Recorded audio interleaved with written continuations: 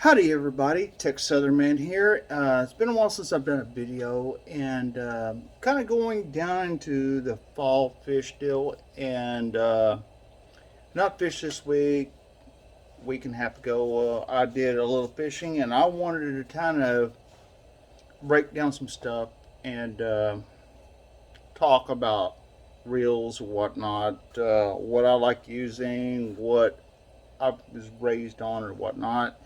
I don't have everything that I had, but we're going to break some stuff down and some fishing knots tonight. All right, and some reviews.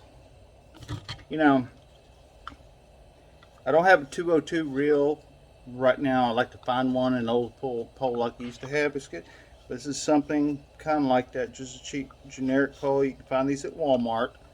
This is a really good deal for a kid starter reel. What I'm much one It's one reel I'm going to set up on another pole, whatnot for a kid. This is basic 25 bucks pole setup or whatnot. Works pretty decent. Got a little drag on top. Cast thumb out. All right. Sorry, I had to get that out of my mouth. And relax in a minute. All right, that was like the 202 reel that's out there now. Back when I was a kid, whatnot. That was years ago in the 80s.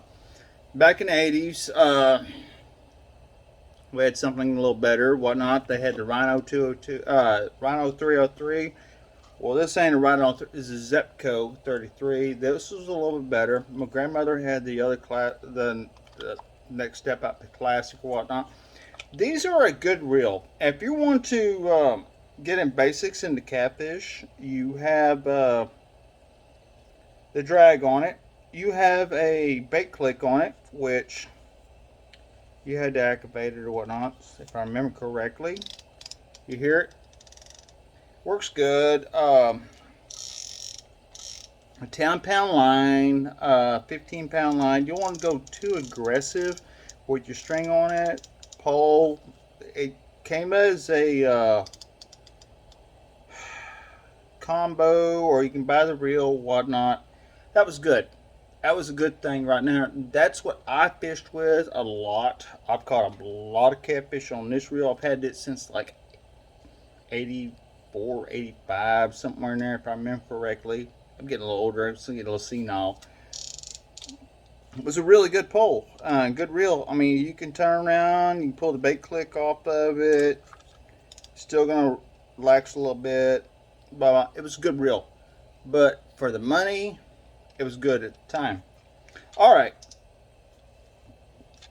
I'm into the more of the other reels. Set that down a little bit. We're going to go into a little bit more of the other reels. This is the Ambassador Sprinter, whatnot. You can get the other Ambassadors. This is one of the Sweden reels. It's actually a pretty good reel. I tore it down not too long back, whatnot, re-greased it or whatnot. The Switzerland Abusa Garza reels are good. This is a 5000 series. Find them, pretty reasonable. They're good. They work good. Keep them greased up. You can use them in freshwater, salt water. Clean them up in salt water, whatnot. It's a really good reel. Okay. We're going a little newer a little bit. This is a Abusa. This is the Luz. It has some downfalls and whatnot, but this is a 5000 series. This is between a 65 to a 7000 series. All right. It works good. I've caught some fish off this reel. This is one of the ones I've had. This is, as a matter of fact, the reel I had the issue with. Right here, you've got a knob and a knob out here. Lost that knob out there. Luz actually warranted that. About 80 bucks off Amazon. Catching fish, it's pretty good. You can buy this and put it on ugly stick catfish or Berkeley. Would actually work very great. I like them. I like this reel a lot. It does zing out there if you put the right weights on it. The drag is, I mean, if you got a really good fish, it'll hold it. It'll hold it really good. I had a big drum off this reel. Uh, about a 60-pound drum. Pretty good. And a redfish. Did pretty good. What I like about it, comparable, uh, it's almost like the Abusa Garza. If you turn around, like I said, this is a Sprinter. The buttons almost are identical. That's what I like about this. I mean, if you went from old school to this right here, if you like the Abusas, you would love these right here. I mean, hands down, they're almost identical, except you have this right here, this button right here, your drag. The drag on this one is on the opposite side right here. This one is pretty much with the bearings and whatnot. It's a good reel. Don't get me wrong. I had problems with it. Figured them out. Talked to Luz. It's great. All right. Let's talk again about reels. This is a 309 pin reel. Okay. This is classic saltwater reel. I've had this one a long time. I've had some issues with it. Figured it out what's going on. I still got some screws missing off of it. You know, you click, boom, throw out or whatnot. This is a good bait fishing off the back of the boat or whatnot. You've got long enough pole and you can surf fish with them. It'll cast out.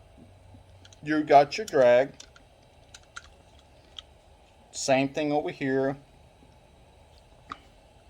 is the original Ambassador, whatnot, with your, what do you call it, turn back and forth. Alright. Sit that back over here. This is the Catfish Pro reel. They're sold out of these right at the moment. I'd like to get another couple more of these here. These are my go-to reels.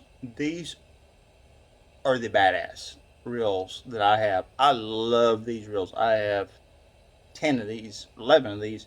These things are good. Right string. This one here, got a strand on it. It works really good.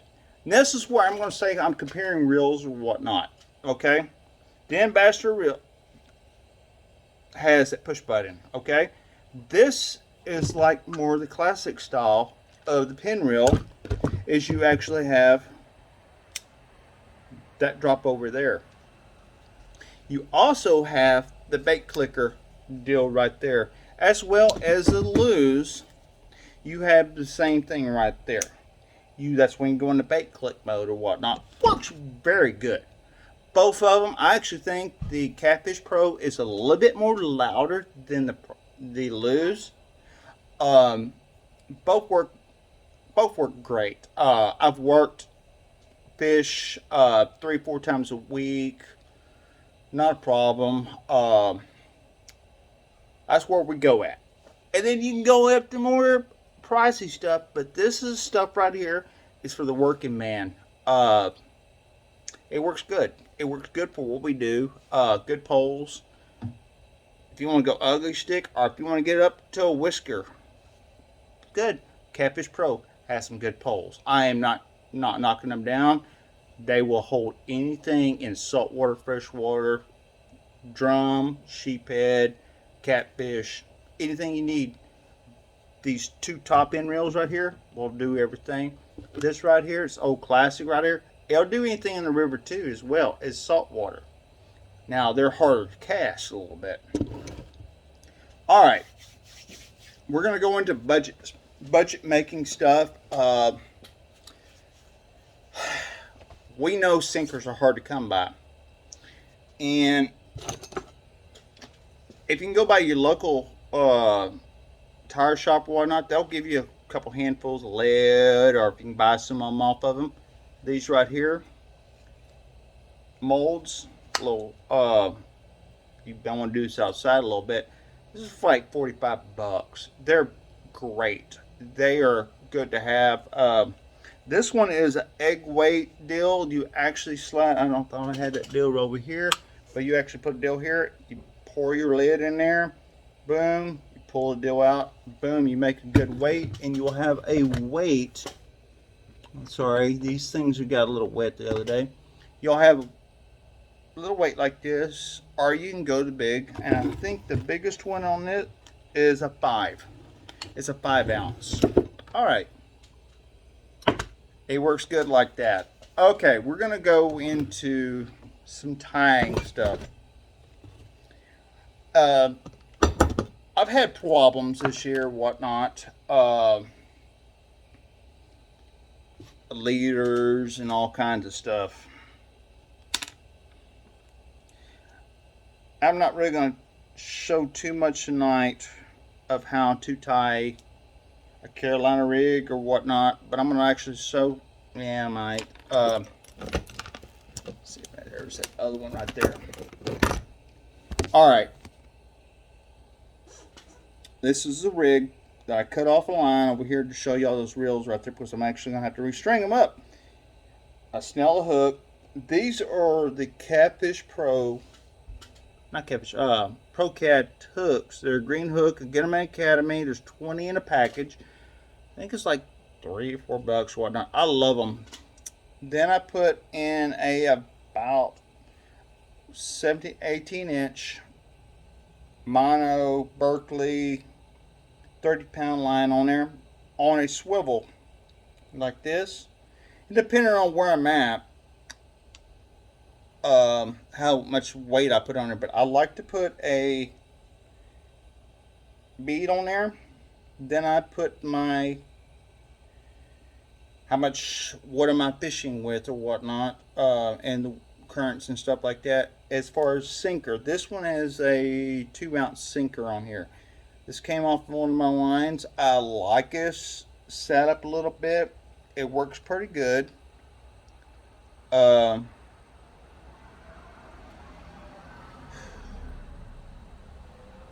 caught fish off the same hook and stuff like that. That's why it's coming off. What I'm going to restring the line up. This works good. This works good where I'm at right now. As far as rivers and stuff like that, it works. If you have a little bit more current, you might want to go with a flat sinker or whatnot. That's great. It works good.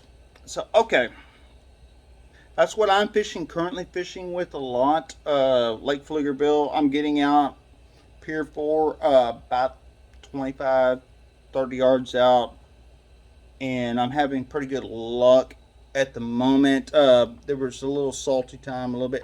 I wasn't catching shit. All right, we're gonna go into how my grandfather showed me how to fish or whatnot with the lines I had. And I'm gonna get a swivel over here, and I'm gonna pull some string out, and I'm gonna show you. I'm gonna tie this up for y'all. See, get the swivel out here. My little fat fingers. See, you don't have to have all this most expensive stuff fishing with. Okay, catfish stuff. This is all you need.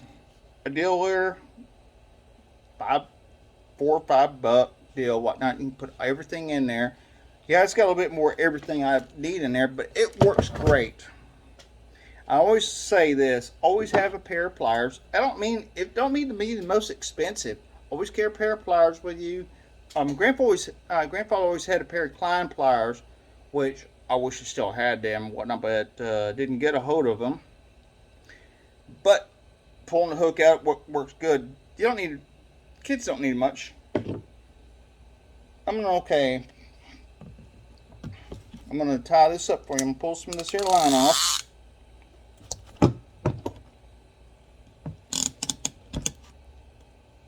And I've had some experiences this year, whatnot, with since COVID and stuff like that. Fish hooks have not been the same. All right, what we did, my grandfather's stuff. We took a barrel, like bass fishing and whatnot deal. We tied that on there, and I used a little clinch knot. wrap it about 5 or 6 times, 7 times. Boom, boom, boom. I'm not going to go through all that with y'all tonight, but that got clenched down on here. Okay? And we try to cut the tail off that a little bit. Y'all see that right there, okay? You know, the problems I see with people trying to catch fish or whatnot are very simple to remedy a little bit.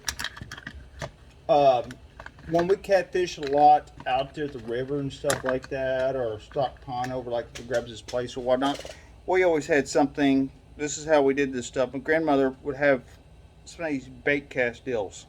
This is a great setup if you're a beginner. This is my grandfather always taught us this stuff. You take the little smaller ones or bigger ones. Boom. You put that on there, and we took an eagle claw hook. It only had to really be a big hook like this. And I've caught a lot of catfish this year. This same setup.